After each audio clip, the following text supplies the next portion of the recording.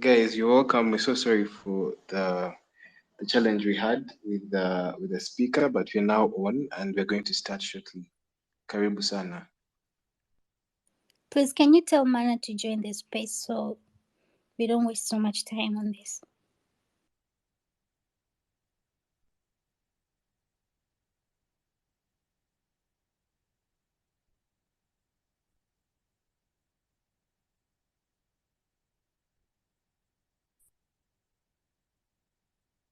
Hey, Frederick, are you there? Can you please tell Mana to join the space so we don't waste so much time on this again? Yeah, Mana is joining the space, but for now, I think we can introduce the space. I think in the next 2 minutes, other guys are joining in. Guys, let's begin at 8:30 immediately because some guys are still trying to join in with a new link. So please be patient with us, Peter and my brother Marisanga. Yeah, Karibu Yes, Joel, Karibu Karahanga. We're going to start shortly. We're just waiting for Mana and the other guys to join in. Did you share with them the new link? Yeah, I'm trying to share. I'm trying to do that. Yeah.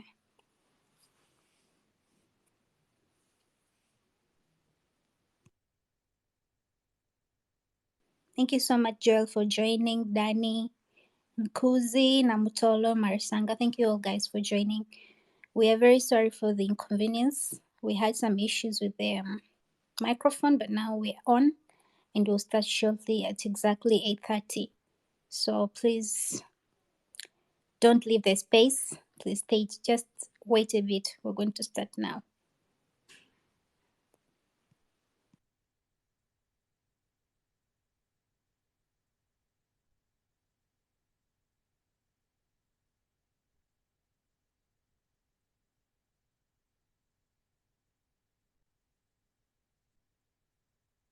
Yeah. Meanwhile, as we wait for Mana and the other guys to join in, Karibu Sana once again to the EAT space. This is a space for East Africans to talk. It's a space by ordinary East Africans like you guys that are listening in. We're not backed by any NGO organization. It's an initiative by us, and we believe that it's important because we need to have conversations like this. We believe that it's through these conversations that we have here on the space that are going to shape the future of East Africa and Africa. When we talk and challenge ourselves and share ideas and talk about the things that matter and are most important for a better future for East Africa and Africa at large. So we hope that you will engage. We hope that you will share your views about what we're going to discuss as our main speaker joins in. Mana, she'll be here soon.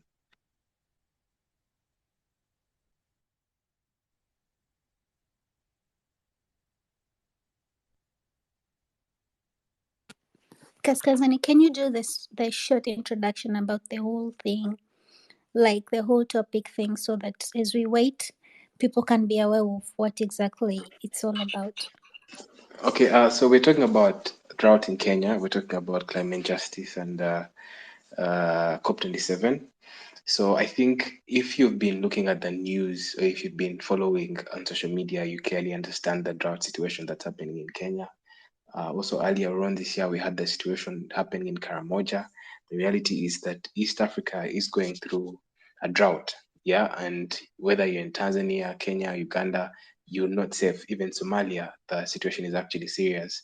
So Mana is a climate justice advocate representing pastoralists from Kajiado, and she's been there firsthand to see the situation on the ground, and she'll be telling us more about what's really going on. And for those that want to be part of, uh, give a hand, she'll be sharing some details. Then about climate justice, I think we've all heard about the topic. I think Mana, as a climate justice activist, is a very good place to talk to us about climate justice and what's really going on. She's also at COP27, so she will be giving us updates about what's happening at COP27 and what we should be knowing about COP27. She is trying to join in and she'll be with us. Just hold on a little bit.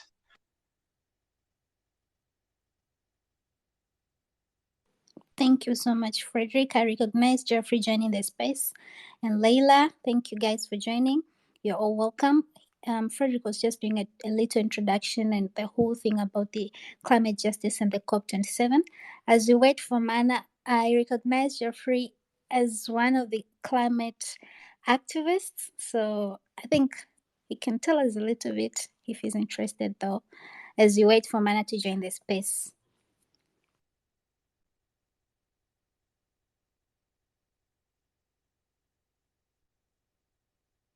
I think you can give him permission to speak if he's listening in. Can you do it?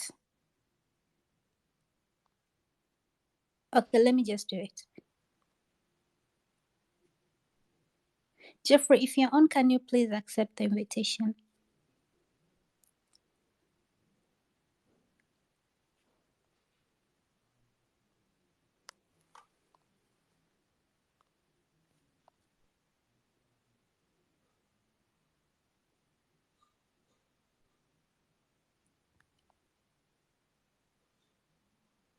So I think as he tries to come in, we can do the introduction to Irene. Mana is joining us shortly. So I'm Frederick Kosgei, and I'm the host of the space with Irene Sumari. Irene, you can do the introduction as well as Mana joins us.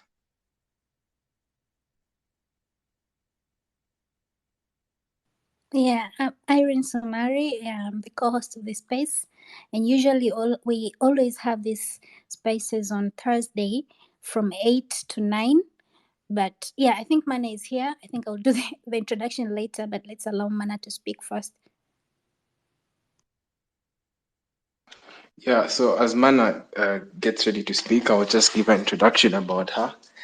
Yeah, so Mana is a youth leader and one of the young climate activists or advocates on the front line. She is the co-founder of founder and CEO of Spring of the Arid and Semi-Arid Lands. She is a UN Woman FSCGAC. She is also part of Fridays for the Future. She's done quite some work in the climate justice space. She's featured on a couple of can I call them media houses, both in Africa and outside Africa. She was part of the Guardian. Her story was featured. She's been featured on the BBC. She's been featured on Voices and OK Africa recently. And I can say she's in a very good position as a young climate justice advocate to enlighten other young people and everyone on the space about what's really going on, because most people don't know exactly the big deal about climate justice or climate change right now. So Mana will be sharing with us a lot about the work that she's been doing, and I must say we applaud her for her courage and her great efforts towards climate justice. And she's currently at COP27. She'll also be sharing with us about what's going on there. Mana, can you accept the invite to speak?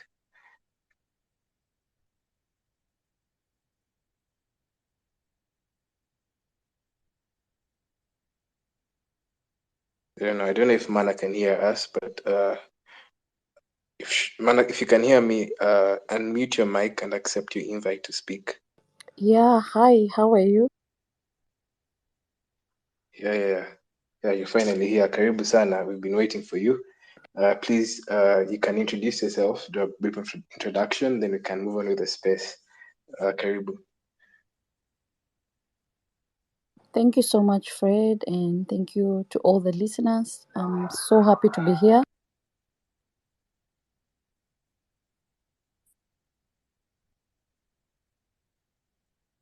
Yeah.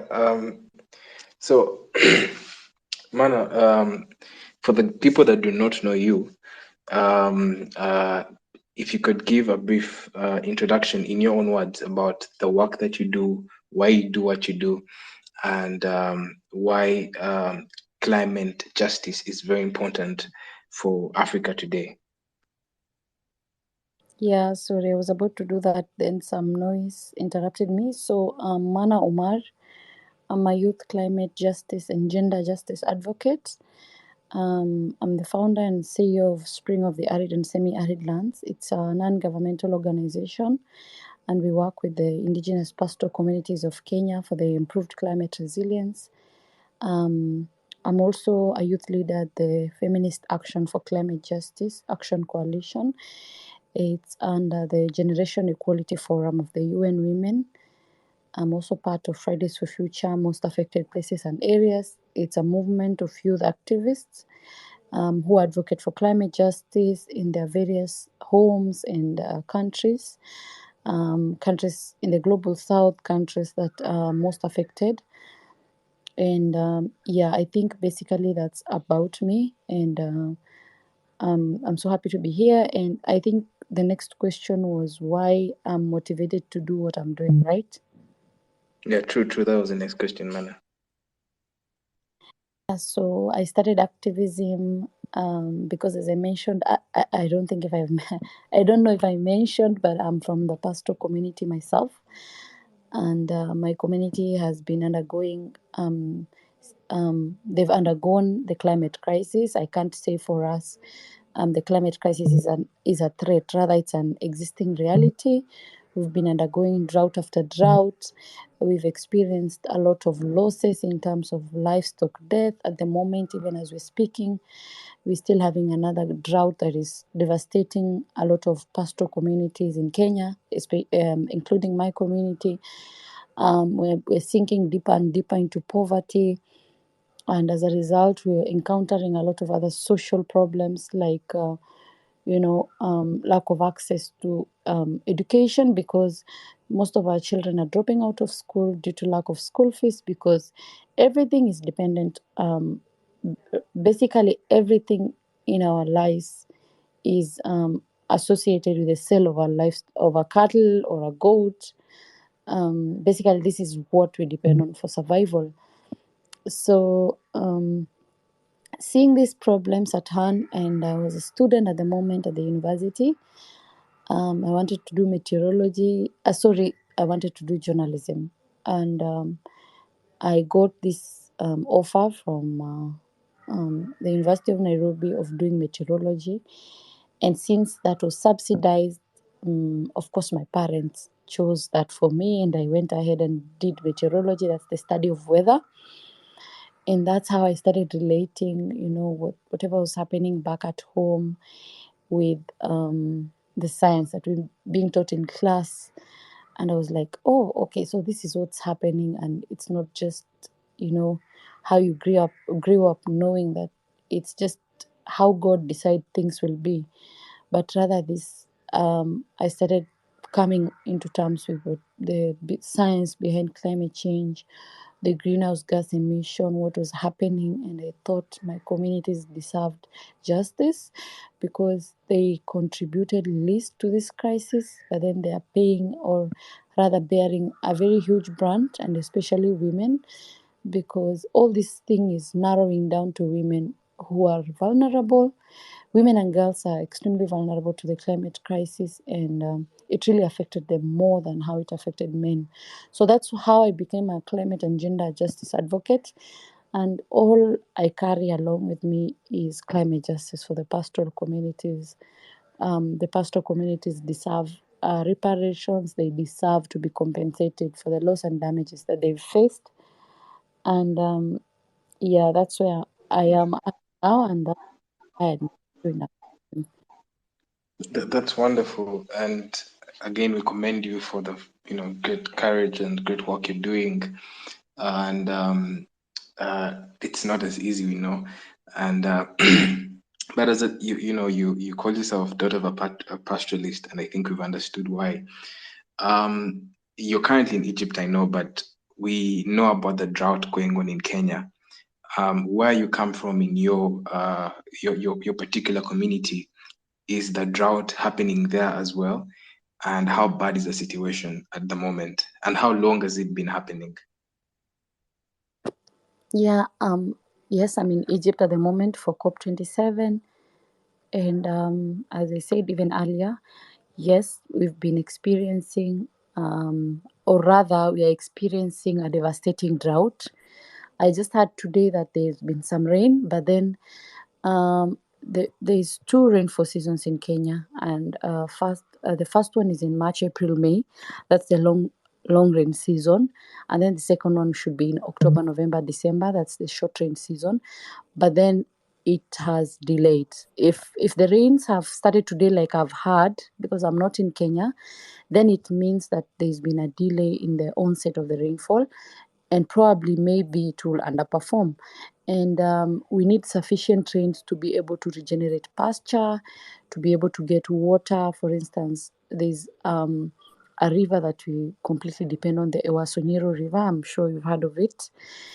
And this is a river that depends on, it's a seasonal river that depends on it's a seasonal river that depends on rainfall, of course, good patterns of rainfall.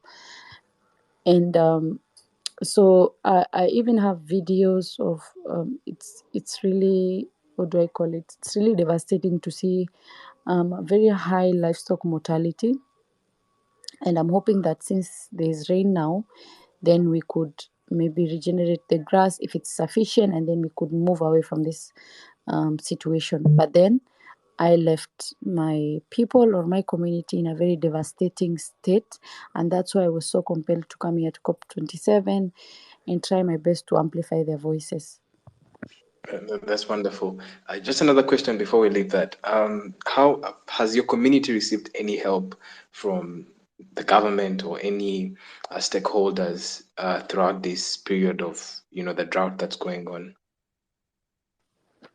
Thank you. So whatever we've received is relief food for the droughts, but then okay, it might have helped, but then it's not a sustainable solution. And I think we need more sustainable solutions to help even solve the problem in a longer term or resilience. What are some of the sustainable solutions you think that drought hit communities or areas can take on, or even stakeholders to come out of this challenge? Okay, first of all, as a meteorologist and a climate scientist, I really believe on early warning systems. And I think if the stakeholders or the government invests in, the early warning system, and communities like mine and other grassroots communities, local communities are educated on how to utilize the early warning system, how they should be able to provide this early warning system in local languages that are easily understandable by local communities and people who are illiterate. And then I think such early warning would help communities prepare more for impending weather extremes like droughts, because at the moment we cannot reverse the way things are. It will take time. We can reverse it, that's climate mitigation, but it will take time. So we need to invest in solutions that are solving the situation at hand, and these are solutions to do with adaptation and building resilience. Thank you, Mana. So moving on to climate justice, for a young person, a young African who doesn't feel concerned about climate justice or climate change, or even who doesn't know what that means. First of all, is there a difference between climate change and climate justice? And secondly, how can you enlighten someone here or someone who will listen into this space later on about climate change and climate justice, and why it's important for young people to be involved, to be aware, and to take action for the situation that's going on in regards to climate? Okay, so of course there's a difference between climate change and climate justice. Climate change is the situation where it's the long-term weather change of a particular place. It's usually measured on a long-term scale, like 30 years. And that's when you conclude that the climate is changing, but there are some impacts that are felt that can be related to the changing climate, like, for instance, persistent droughts or erratic rainfall pattern. As for climate justice, this is a phenomenon, a term rather, that is used to describe the situation where communities who are least responsible for the climate crisis are the ones that are bearing the biggest brunt. So in this, I mean communities like Africa is only responsible for approximately 4% of global greenhouse gas emissions, and the global north is responsible for this crisis. But then Africa is the one that is bearing the largest brunt, I mean, because Africa is vulnerable. Africa does not have technology to adapt to, the current weather extremes. If we're having floods, we do not have flood-resistant houses. If we're having a heat wave, we do not have homes that are, equipped with AC and all that. So Africans, we feel the impacts more than the global north countries, and that's where the issue of climate justice arises. So as for empowering youth on the issues to do with climate crisis, I think one of the things that we need to ask ourselves first is, do we deserve all this that is happening? What is happening in your own community back at home? Are you going to keep quiet about it, or do you want to talk about it? Do you want the world to know about what your community is doing? What your community is facing? And if so, there should be that inner compelling urge that I need to do this, that I cannot watch my people suffering. And that's when you are able, or you're compelled to speak the truth to power. And believe me, nothing will stop you if you get that inner urge to just speak up for the truth. Ask yourself what you want to be remembered for. Ask yourself what role you're playing in this society. The climate crisis is all of us. So everybody has an individual role to play. We just don't wait for people to act. We also need to act. And I think that's enough reason for all of us. Yes, thank you, Mana. One more question in regards to the climate justice. Currently, there is the EA COP, the oil pipeline supposed to move from Uganda to Tanzania.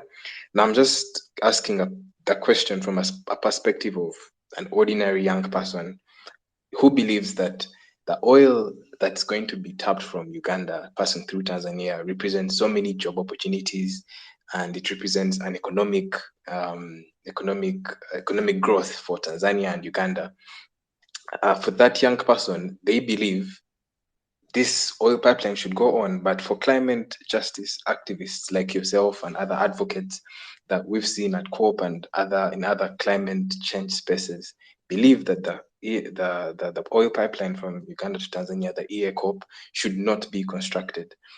Do you feel, in your personal opinion, that because another thing is that Africans feel like we need these opportunities for economic growth, and even the countries that we call developed and stuff, most of them are built on the oil.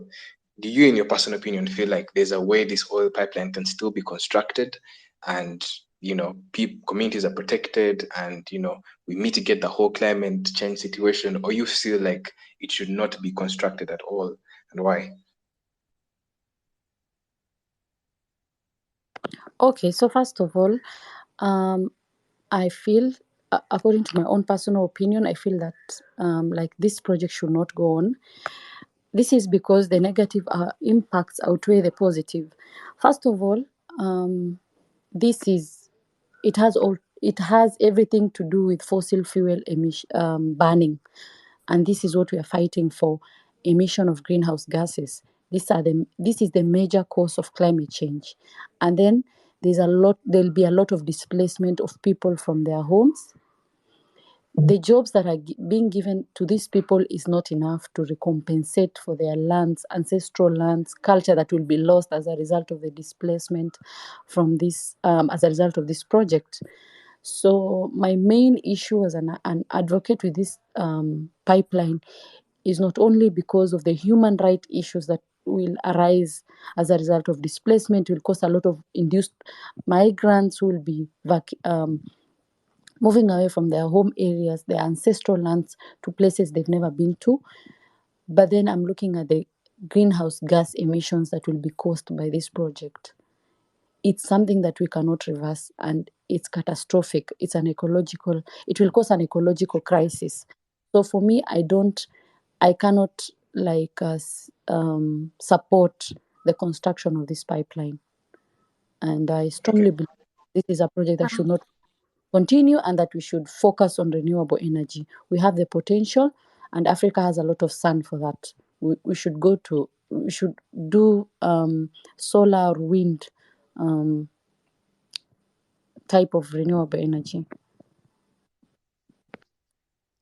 Yeah, thank you, Mana, for sharing all that. But as we know, Africa is the one that is hit the hardest. Is the one that's suffering from the climate change. So, do you think most of these developed countries should do something for the African countries, and are they really doing something? Because we know this COP27 has been happening. These conferences about climate has been happening. So do you think they're doing anything to the African countries, because we contribute I think 3% of the emissions in the climate? So yeah, do you think something is happening? Okay, personally, the loss and damage discussions has not been happening as it's supposed to be, and there's not been any flow of finance to African countries. There's just been pledges and promises. But then during this COP already, the loss and damage finance discussions has been put on the agenda, and okay, they're yet to happen, but I'm so keen in following up for that, because I'm one of the advocates that are advocating for loss and damage finance for communities like mine, of course, and for Africa at large, because we deserve to be compensated for the losses we've undergone as a result of the effects of the climate crisis that we are least responsible for. And I think the global north has to fulfill its duty of paying the debt that it owes to global south countries in terms of loss and damage finance. Okay, thank you, Mana. So the audience and the people with us here, please, you can ask a question, you can ask to speak, and we can unmute you. Here on the space, we have a culture. You can ask your question in Swahili or English, and you can freely express yourself, and you'll be heard, and your question can be answered. So if you have something to ask, please, you can unmute, or you can request to speak, and you can unmute and ask your question. Yeah, and as you think of a question and as you try to request to speak, I think my question now is to Mana is about COP27. So why is this COP27 a very important conference? I think when I was speaking to you this evening, you told me that people are so many, and we've been seeing your updates and other updates, that people are so many there.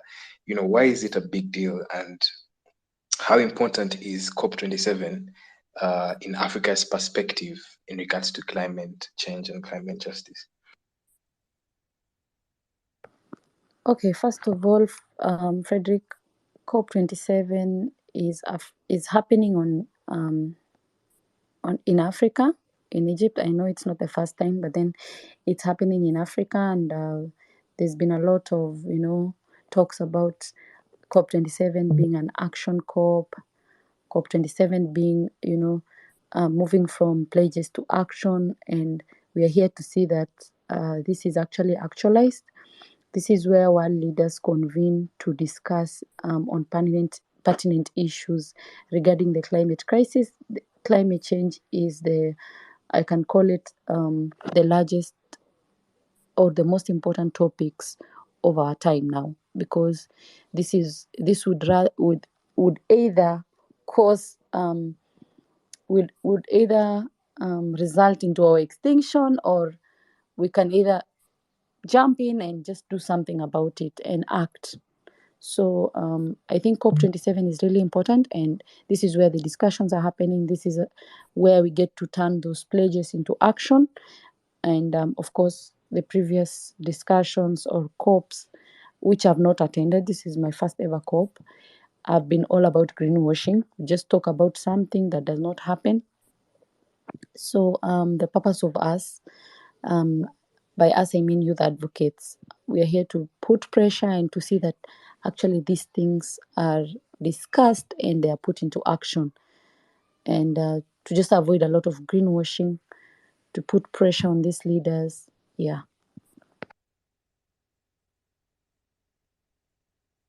Yeah, so people, if you have a question, please feel free to request to speak. In case you do not know how to do that, you can just request to speak, and then when you request to speak, we shall allow you to speak, and you can unmute your microphone, and you can ask a question. Irene, I don't know if you have something from your end as we try to get in, as we try to help the people to ask questions.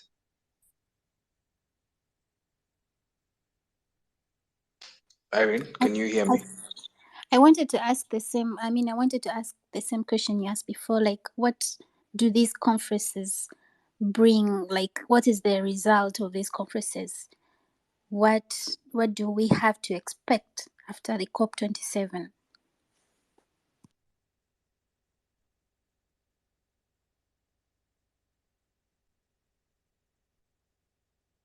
I think Marisanga requested.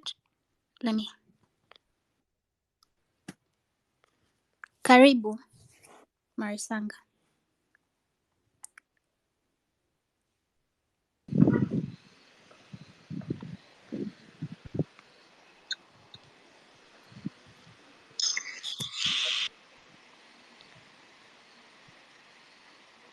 Hello? Yes, we can hear Yeah, you, yeah, Marisanga. Please. well, thank you so much. Well, first of all, I would love to appreciate for um, having this kind of platform and be able to speak about the climatic issues and climate justice as well. Um, Frankly speaking, currently I've been working in one of the projects here in Tanzania. It's a little bit in the rural areas where the community, mostly Maasai people. So I also started to notice that drought has started, affecting people there, specifically the Maasai, because they are no longer having pastures and the rainfall's no longer there, so the pastures are not there no more for them to be able to feed their cattle and animals. So we're like passing by different bomas, different community Maasai communities, and honestly, there were a lot of cattle died just because of drought. So I think the issue has started to become worse, and my question is. Specifically for Mana, that we are looking forward to be able to speak with these developed countries which contribute a lot to the climatic damage. So don't you think that it's going to take a long time for them to be able to respond to that situation and maybe be able to, as you said, compensate this community, which basically contribute less more than they do? And maybe we should rather start thinking about on how we can start taking initiative as ourselves here in Africa, mostly in East Africa, and be able to move on and take action ourselves and be able to do some kind of implementation and be able to reduce the damage.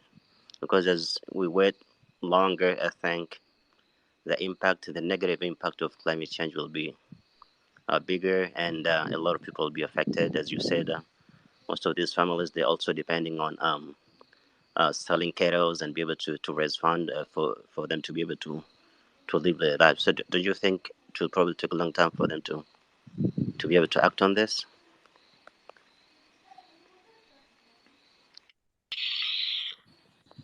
Thank you, Marisanga. I can now mute your speaker All right. so she can answer. Welcome, Mana, to answer the question.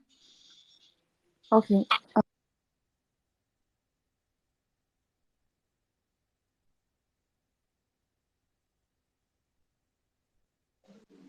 Hey,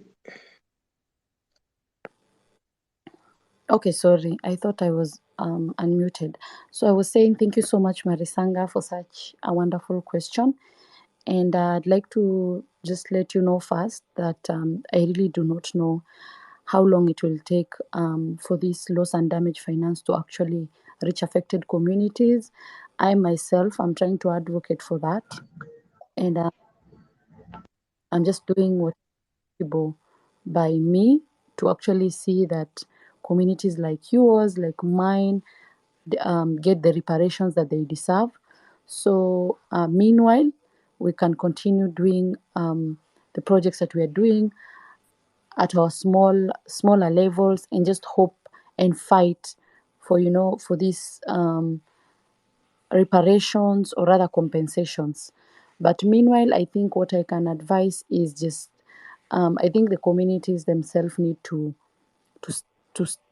stand up and just make and just depend more on other sustainable livelihood solutions, because it's clear that at this time pastoralism is not something that is sustainable. Rather to say, in this climatic situation where we have unprecedented droughts, we have erratic rainfall, it's hard to predict what the current weather pattern will be.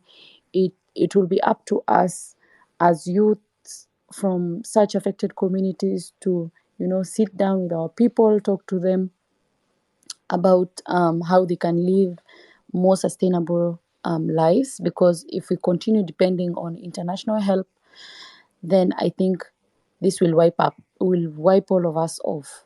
So even as we continue demanding for loss and damage finance, advocating in the right ways to ensure this money reaches our communities, this is what we should be doing.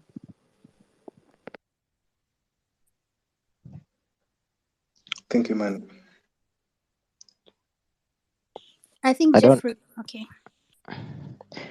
Good evening, everyone. Thank you a lot, Mana, for that conversation.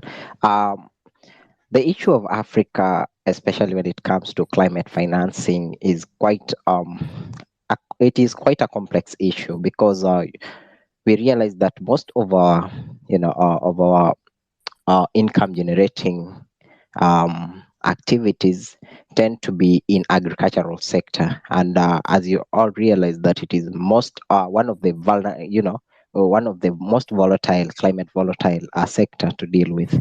However, the biggest issue here, and I think it follows up from where Mana has left, in terms of us as people, as a continent, are coming up with our own solutions, especially solutions that relevant within our own setup. This is because you realize that when we talk about climate financing, and and the informality of Africa's economic structure, especially when we are talking about agriculture, most of the people in this continent are practicing subsistence kind of farming, and we tend to find them they are not well organized, to a point where even if we have those finances that we are talking about, um, the structures will not bring majority of them on board, because they are not organized into a given into a given formal setup. And therefore we have a challenge, because of our informality, in terms of in terms of us engaging in economic activities. Therefore, I think where we have the opportunity as a continent is, as far as we are supposed to be coming up with our own initiatives, also we must learn how to organize ourselves, so that we must find solutions in terms of working together with financial institutions and other donors, and those who are providing grants, uh, to ensure that the way we are providing those funds, they reach to the front line. They reach those people, the most vulnerable, the poor of the poorest, who are at the front line. Those people who depend on cattle, who depend on crops, but they are failing. So those are the people that we need to be reaching. As far as we are talking about addressing climate, the effects of climate change in Africa, in essentially what we are saying is that, how are we going to reach that person, the poorest of the poor, those people in our villages, those people in the deepest rural parts of Kenya and East Africa, across the African region?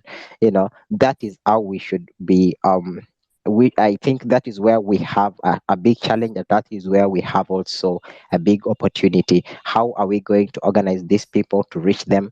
How are we going to prioritize the informal sector, especially across Africa, because largely we are an informal sector. Informal sectors are contributing largely to economic growth.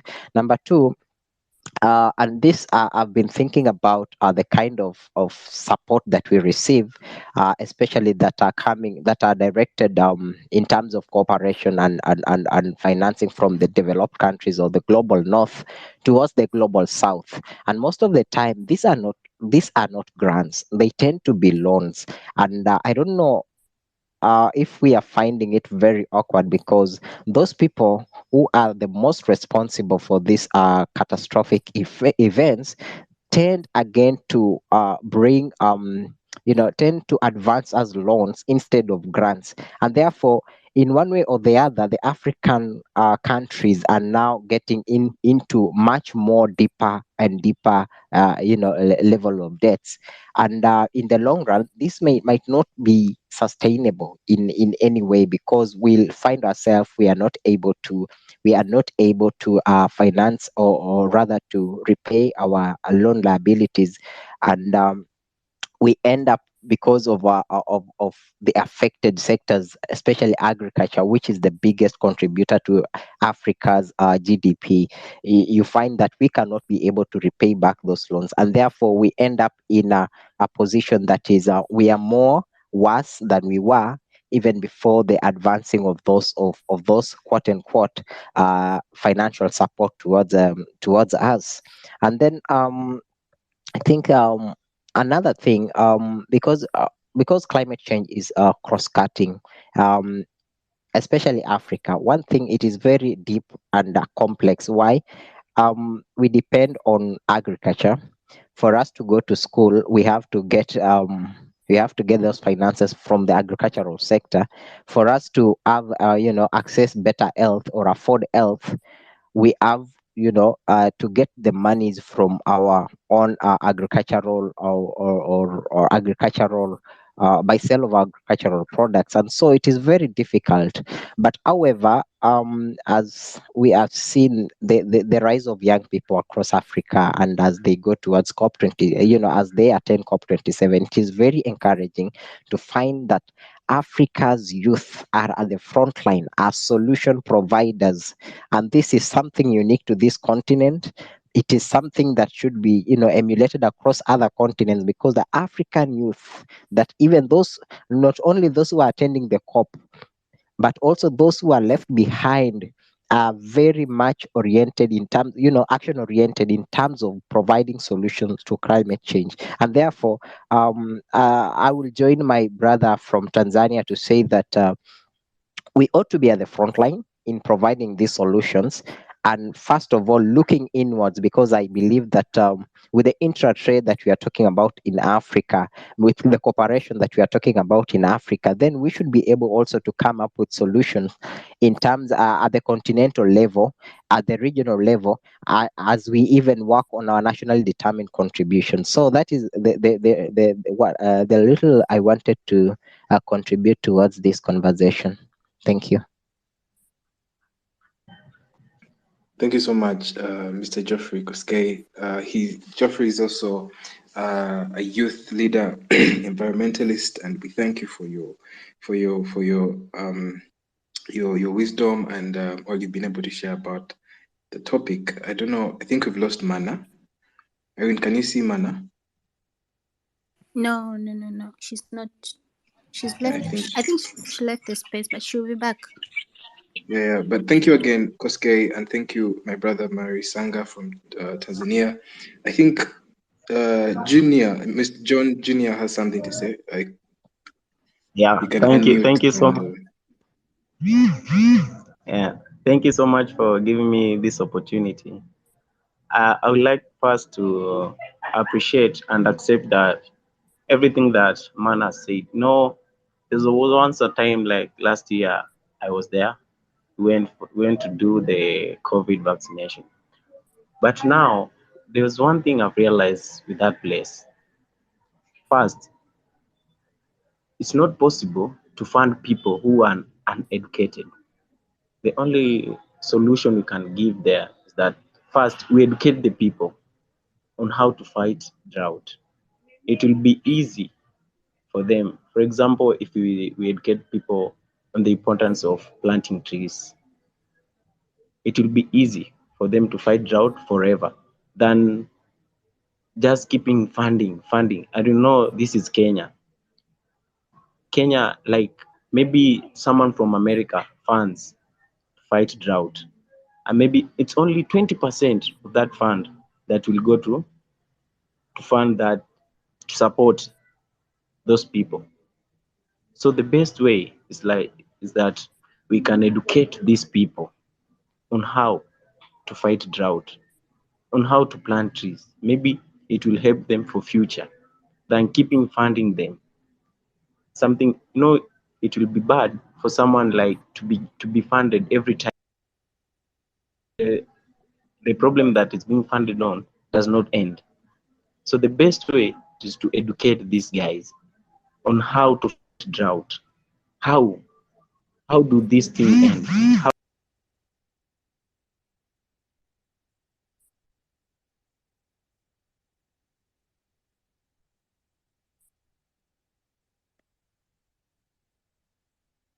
every time funding. And Kenya is a lot of corruption. By the time the fund get those people, it's only 40% or 20. I think the best idea is to educate these people on how to fight drought than keeping funding them. Thank you. Thank you so much, Mr. John Jr. I think I had a question for Jeffrey Kosgei and maybe Marisanga. As people who are out, on the ground with communities and trying to do this education, and also Jeffrey as an environmentalist, how important is it for tree planting in terms of climate change or trying to mitigate the situation? What role and how much of a role does it play in the whole situation?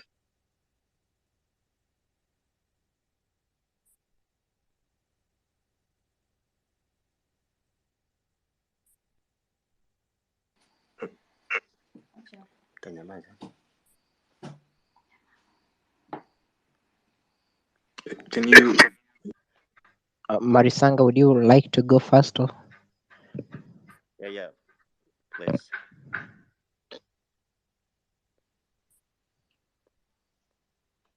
So can you hear me? Yeah. Yes, we can hear you. Yeah. Well, I think I can join with John as John spoke that and Jeffrey as well. I think I agree with all of them that personally I think we need to take our own initiative to be able to come up with a permanent solution on how we can be able to tackle all these challenges because as Jeffrey said, depending on like financial aid coming from those North countries to be able to come to our country and be able to help us to get rid of these old problems. It would take a little bit of time to be able to get there. But taking um, local initiative will be a very good idea. And to join with John, I think education is very important to be able to educate people on how important we can be able to take personal initiative to be able to be on the front line and be able to solve all these challenges by ourselves. So planting trees is very good initiative. But I'm telling you, most of the people living in villages and rural areas, they really don't take it into a heavy initiative that they have to do that to be able to get rid of drought. So a lot of people will be just complaining that this situation can probably it's something came from God and there's nothing we can do about it, or whether depending on the government to be able to solve this kind of problems. So education will be a very good start for as step to take an initiative to tell people about ways of tackling this kind of challenges and drought and something like that. For example, one of the villages here in Tanzania, specifically in Moshi and Kilimanjaro, I was working with, they're currently facing a negative impact of climate change. They're mostly depending on agriculture and pastoralism, and there has never been rain for quite some time right now, and all of them are depending on rainfall for them to be able to do agriculture. They're depending on rainfall to have enough pastures for the cattle to be able to eat something, so that they can be able to, sell the crops, be able to sell the cows as well, and the other cattle for them to be able to raise money. So right now, I think the poverty is growing very fast right now because specifically the Maasai community there, I was working with them. Almost all of them, they're depending on their cattle to be able to survive. So the cattle, they can be able to sell them right now just because they're not in good shape. Their health is not so good, so they can't even get good price. And a lot of them are also dying because they can't be able to feed them. So I was thinking one among the initiative, maybe we can start try to put a challenge to all these areas starting facing drought, having be able to start initiative of planting trees.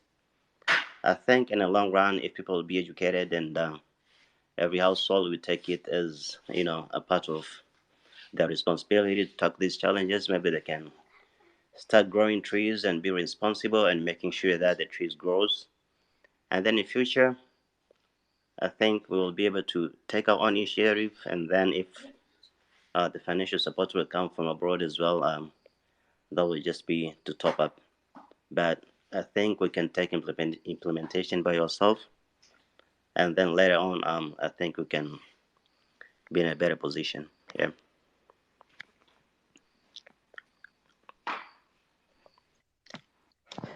Maybe to join Marisanga.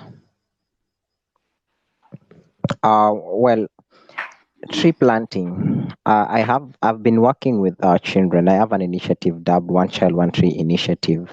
The reason why um, I initiated this, I began this initiative. It was to bring the young generation, especially school children, in taking climate action.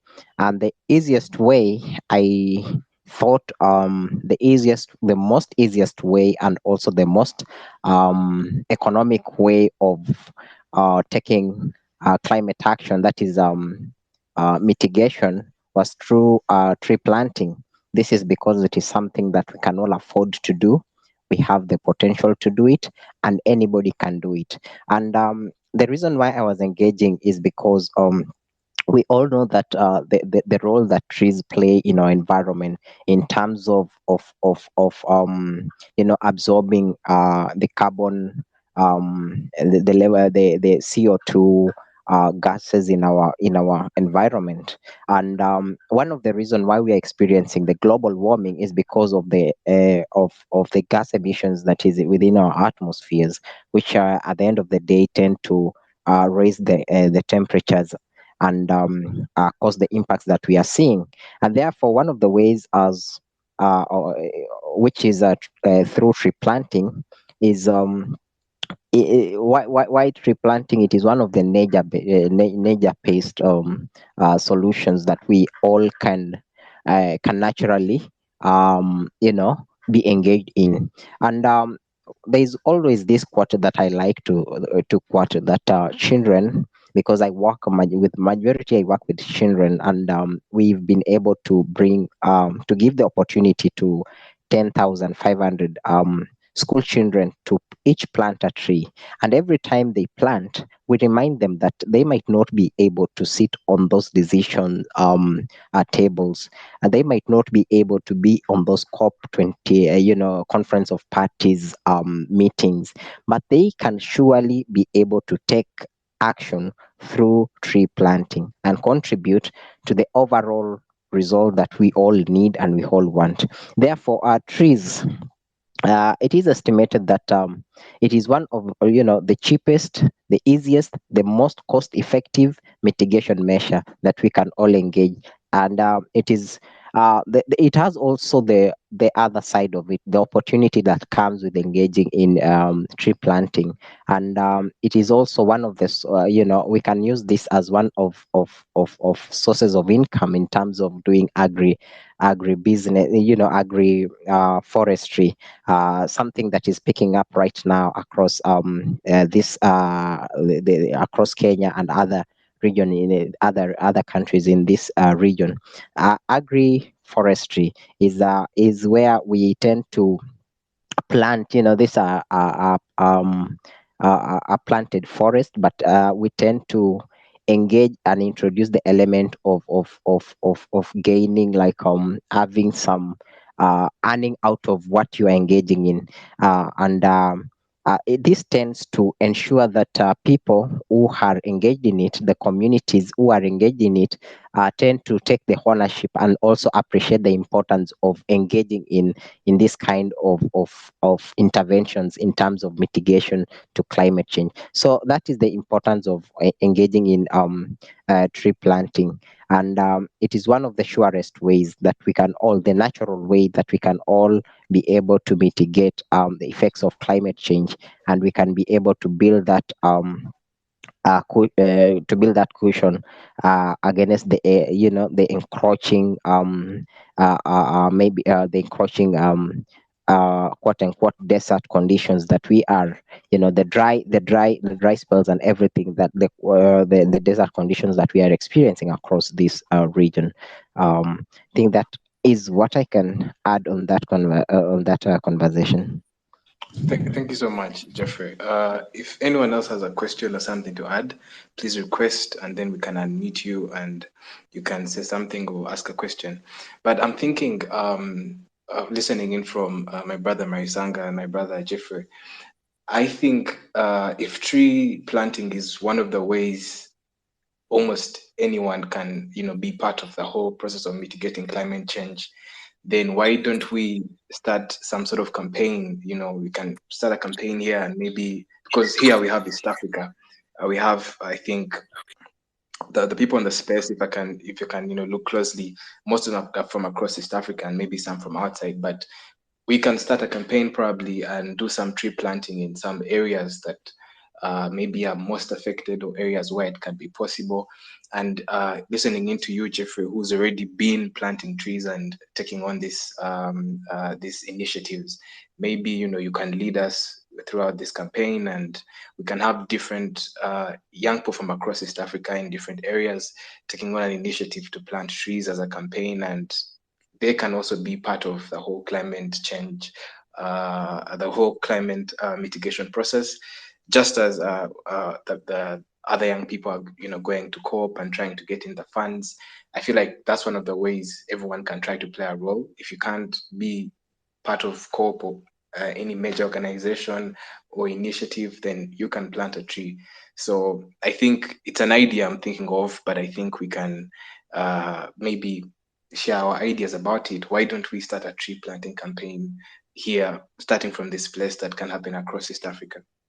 Kitutu wants to say something. Let me unmute. Let me get him to speak. I did it already, so I can now speak.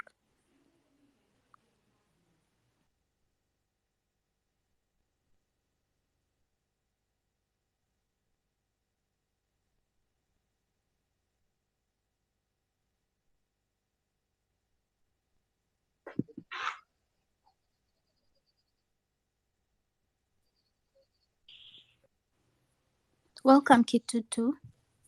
Oh, thank you. Good evening. I'm happy to be here. I jumped in late, but this is a very passionate subject I'm so passionate about. My name is Kitutu Tony. I'm in Uganda, field of construction. Unfortunately, in my field, we find ourselves to be one of the major violators of issues concerning climate, and particularly cutting down trees. I'll start with one submission following what Mr. Kazini just talked about, initiatives that can be taken to promote tree planting, also campaigns. I remember about 4 years ago, I was with one professor and we're like, take for example, a country like Uganda. We have roads, kilometers with road reserves. So the question was, how about if we were to consider these road reserves and we're able to plant trees, each, I don't know, depending on a kilometer, a number of trees which you can plant as long as you have permission from the government. That is an idea of a campaign that can come up. But in terms of protecting the environment and ensuring that we maintain and see that our climate can be protected, there are key things that I would like to encourage us to look at that may not be looked at immediately, but they are within our personal lives, and as we grow, all of us want to develop. That's why I started with the construction industry is as a person, each one of us looks at having a home in future. The only question is how sustainable can that home be to ensure that it is part of an element that protects the environment rather than destroying it. We have an advantage that we still have chance to save climate within Africa. The issues, mitigating most issues, advanced issues of climate change in Africa. And but the issue is the simple thing of planting a tree. Let me plant a tree should not be the only item being planted in the minds of children. What should be planted in the minds is that there are several items other than just planting the tree that are able to help us mitigate climate change issues, and these things are within innovation. Construction being a violator, we are using these trees in construction. We are cutting down to create space for construction. So how can we be more innovative in creating materials that can be more sustainable, that are not going to destroy our environment?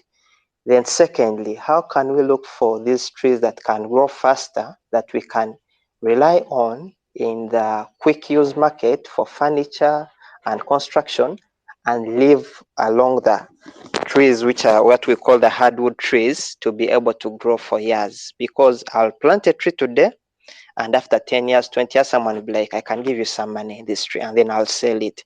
I will not have contributed. So the thing is, we also need to push innovation as young people to ensure that we can look at alternative ways of having items that help us protect our environment rather than destroying the items within which we have within the environment. I'm very grateful. Thank you. Thank you so much, Kitutu. I agree with you 100% about the issue of how are we going to protect, because we can emphasize on afforestation and reforestation, but still we don't know how to protect the environment. So I agree, we need the innovation on how we're going to protect and still get these products from the plant. I think Frederick Binamungu was requesting to say something. You can now speak, Frederick.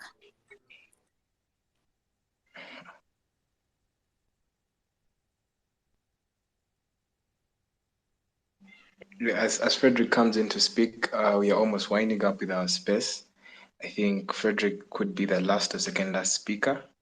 I don't know if you can hear us. Please unmute Mr. Frederick Simon and we can wind up and close the space.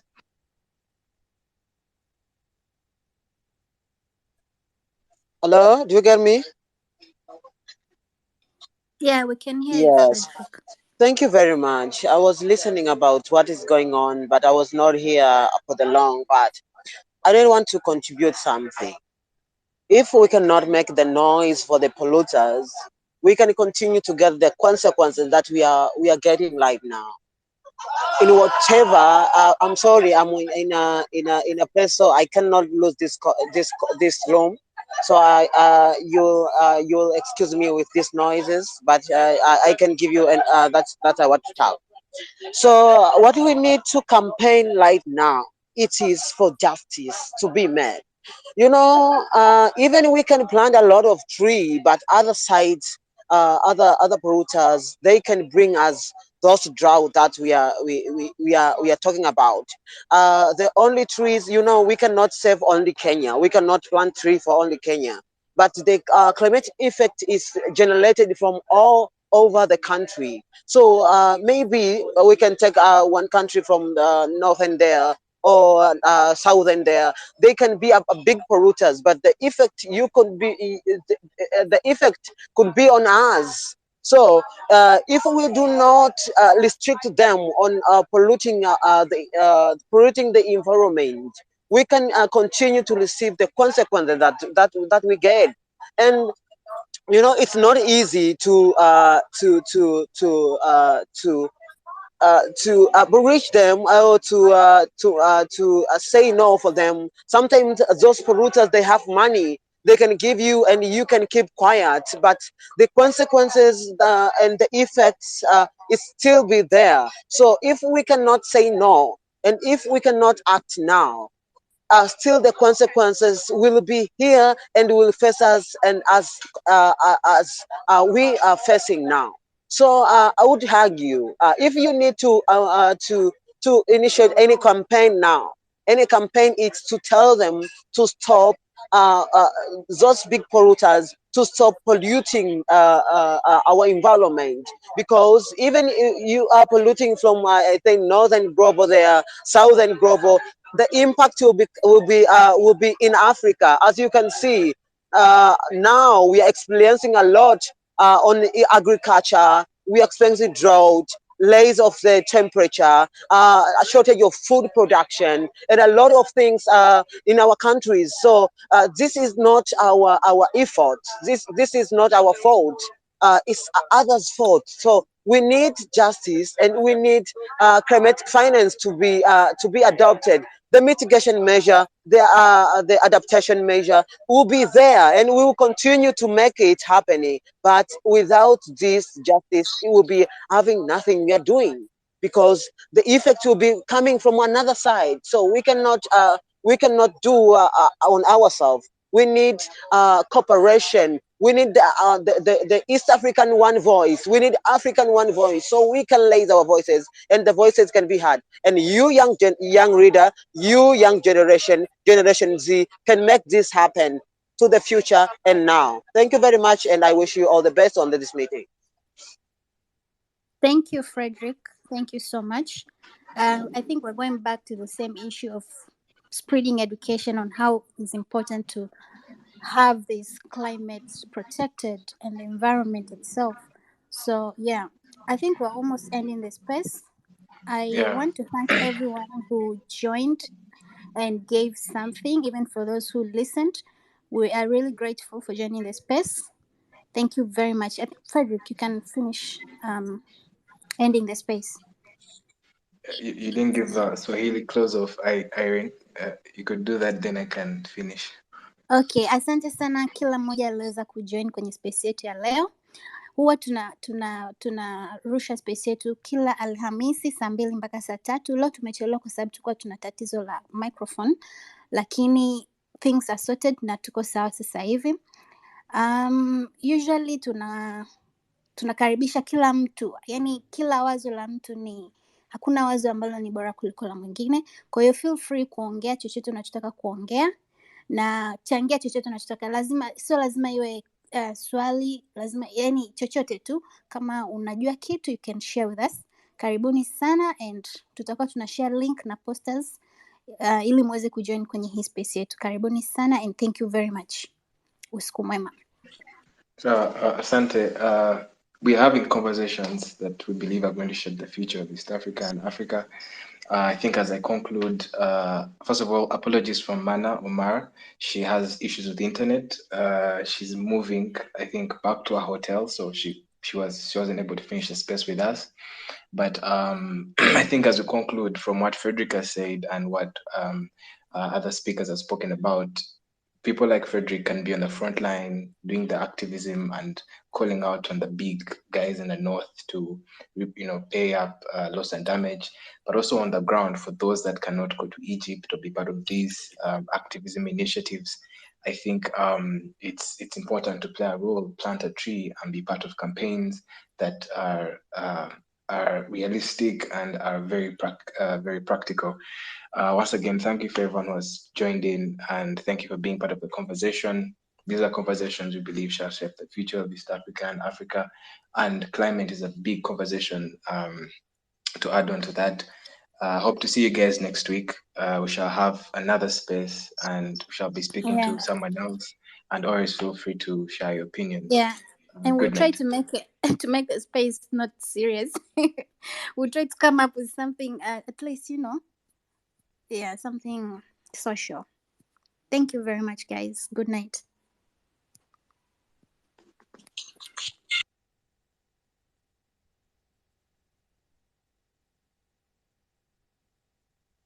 Yeah, I think we're ending now. Thank you.